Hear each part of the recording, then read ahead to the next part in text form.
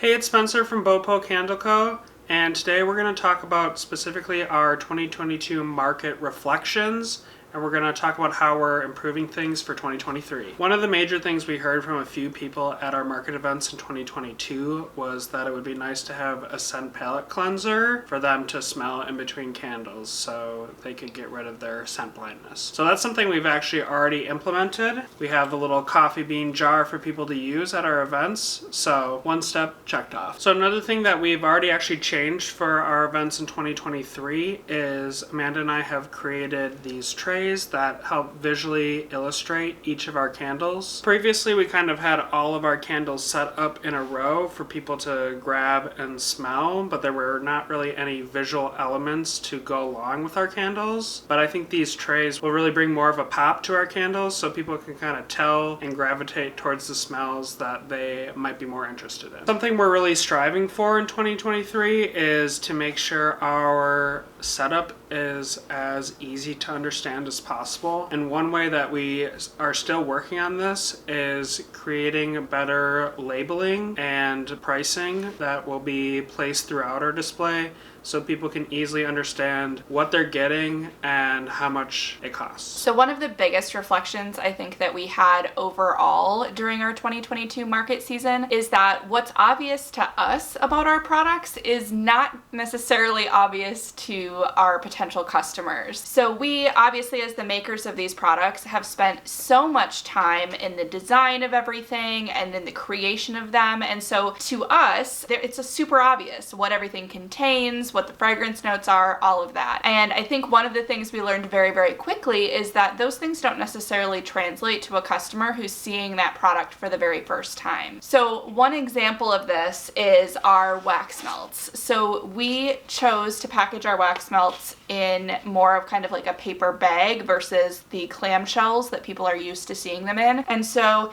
it was very obvious to us very quickly that people did not automatically know that this was our wax melts. And so one of the things that we did a bit last year and that we're hoping to continue to improve upon this year is making it a lot more obvious through labeling or providing additional visual aids so that people know that these are wax melts. Another thing that we've sort of figured out is that our concrete candles we package in gift boxes for these events and also when we ship them. And this is just to really make sure that they're protected and nice and safe and secure, but it's not immediately obvious to our in-person customers that these boxes contain our concrete candles. So when they see the concrete candle that's out in the display, they maybe are interested in it, but they don't realize that like this is the thing that they would pick up to take to us to check out if they want a concrete candle. The tins don't seem to have that problem. Everyone seems to kind of intuitively know that our tins are candles, and so those seem to be what people gravitate towards the most. Another thing that isn't necessarily obvious to our customers is the fragrance notes of our candles. So in our original labeling, we did include the fragrance notes on the label. However, we made it somewhat small, and so it was a bit difficult, I think, for people to read and understand what those fragrance notes might be. And so we obviously have completely overhauled our market display, which I think will help people more intuitively know what those fragrance notes are because they're seeing that visual decorative representation. But we've also been slowly but surely transitioning our labels over where the names of the candle is more prominent as well as those fragrance notes. And we've even included the fragrance notes on our gift boxes for our concrete candles as well, because we noticed that if people did know that the gift box contained a concrete candle, they didn't always know if they were for sure grabbing the correct one. And so we've been working on making the names on our labels a bit larger and a bit more clear for people to see so that they can feel more comfortable and confident that they are in fact getting the product that they want from us. Another really big reflection that we had is that it's very, very important that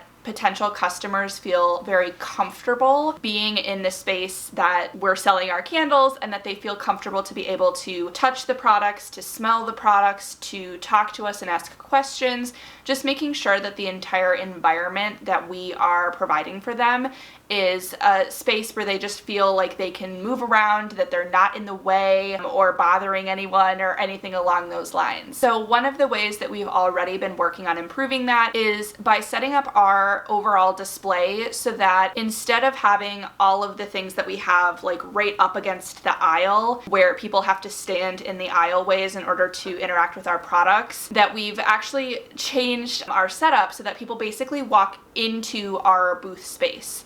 And that way they're not feeling like they're blocking anyone in the aisle. They just feel more comfortable to kind of exist in that space, to spend a bit of time there smelling the different candles and just not feeling like they're in the way or inconveniencing anyone. We're also focusing on making our branding a bit more prominent, and there's a number of different ways that we've been doing that. So one is that we started stamping our gift bags. When people purchase from us, we put their candles in a gift bag, and so we've been stamping the outside of those bags with a logo stamp so that it again is more visually appealing to people what our company name is. We're obviously going to these events with the intention not only of making in-person sales that day, but also of just building awareness of our company and our brand to hopefully incentivize future sales and future engagement. And so making sure that our branding is very upfront and prominent and people are very aware of what the name of our business is really important in order to do that. We've also been using the same stamp to stamp our gift boxes for our concrete candles. So this is sort of what they look like now, but previously they did not have that stamp on the front at all. And while they do have our logo on the label that secures the box, it's not very large, and so it's not very, visually prominent for people to see and immediately connect with the name of our business. Something else that is obvious to us and not to our customers is that our concrete jars are also handmade. So we noticed pretty early on, and actually in talking to other vendors at the event, that they thought it was a really big selling point for us that our concrete candles were hand poured, not just the candle, but the jar themselves. But they had no idea that that was the case by looking at them. And we figured out too that a lot of our customers didn't know that either. And of course, in our brains, it's super obvious because we're the ones that poured them. But I think that that's something that we can continue to be a bit better about communicating to customers or advertising, because it does really set apart the candles that we offer. We're also working on bringing a more appropriate amount of product to different events. We're kind of experimenting with how much product we're bringing, especially with our new market setup being a little bit more robust and having a bunch of shelves. We have less space for actual product, but that's okay because last year we definitely brought way too much product. So we're kind of experimenting with numbers, and we're trying to find out what's most popular and bringing more of that product versus maybe other products that are not as popular. Another thing we're definitely still working on is just being inviting. So in general, just reaching out to customers who kind of look and kind of have their interest piqued by our booth, and inviting them in and welcoming them in order to let them know that they're allowed to pick up the candles and smell them and kind of try stuff out. No pressure. You don't have to buy anything. Just inviting people in definitely, we noticed at the end of last year, helped convert to sales, and so we just want to be as welcoming as possible. Additionally, we're still working on bringing a better vlog experience to you. It's hard to feel comfortable going around towards people's booths and asking them questions with a camera, or just kind of being more involved in the event itself while having a camera there. So we've really only had kind of walkthroughs or kind of panorama shots for actually inside the event, and we definitely want to have a more all-encompassing experience as we move forward and become more comfortable with our vlogs in 2023. And along the lines of events just in general. One of the things that we noticed from our 2022 market season is that different hosting companies advertise their events very differently, and whether or not an event is already well known or well established in a community really makes a big difference as far as overall turnout. So one of the events that we went to last year was a very popular holiday event, and it had already been in the same place on the same weekend for multiple years in a row. And so we saw that a lot of people from that community, even though it wasn't a very large community, tons of people were there at that event, and they were, ready to buy, they wanted to buy, like that's sort of their go-to place to support small businesses. And that's a very different experience than we had at some other events that maybe weren't advertised very well or just weren't very well known in that community, or that were happening at the same time as other events in the community. It's just interesting, I think, for us to keep in mind moving forward so that we're able to capitalize more on going to events that are already maybe a bit more established in that community or are being advertised more, so that we're not going to an event and it's completely dead the entire time we're there. So one last thing that we're definitely trying to do is trying to go to more events this year. That was one of our goals from our 2023 goals for this year. And also we're trying to go to more variety of events. So one event that we have coming up in May is a 4-day event. So that's definitely something that's really new. We've gone to a couple 2-day events, but never a 4-day event. So that will definitely be really interesting to see how having so many hours at an event does for us. And something that we reflected on from last year, but are also just really trying to keep top of mind this year and as we move forward, is that these market events aren't just about the sales that we make that day. So sometimes I think it's very easy to get discouraged if we don't sell a ton of product like right at that event. But I think it's important to keep in mind that the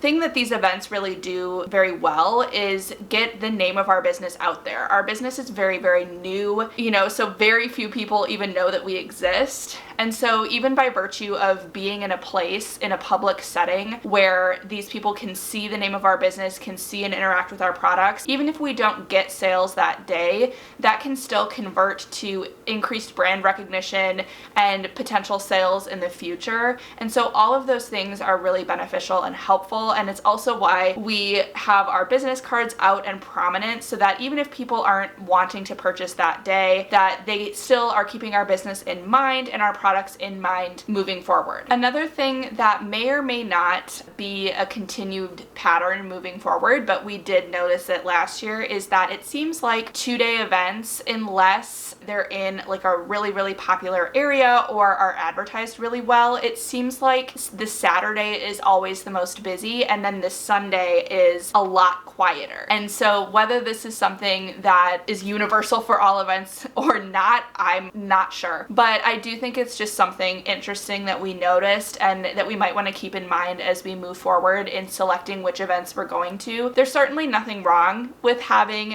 a 2-day event where one day is a little bit slower, but it might be worthwhile just to think about in case we're noticing that like the Sundays of 2-day events just are never very busy, because then maybe we can use our time more wisely in another area. Now, our previous market season was only basically winter events. And so it'll be really interesting, I think, for us to see moving forward what events look like in the earlier parts of the year and sort of throughout. But that is the things that we've noticed from the 6 events that we went to last year, and some of the things that we're hoping to change for this year. I'm sure we'll think of more and we'll continue to change, but that's sort of part of the market experience, I think, is having that flexibility and taking feedback from customers so that you're able to continue to make changes and improve your offering to people as you move forward.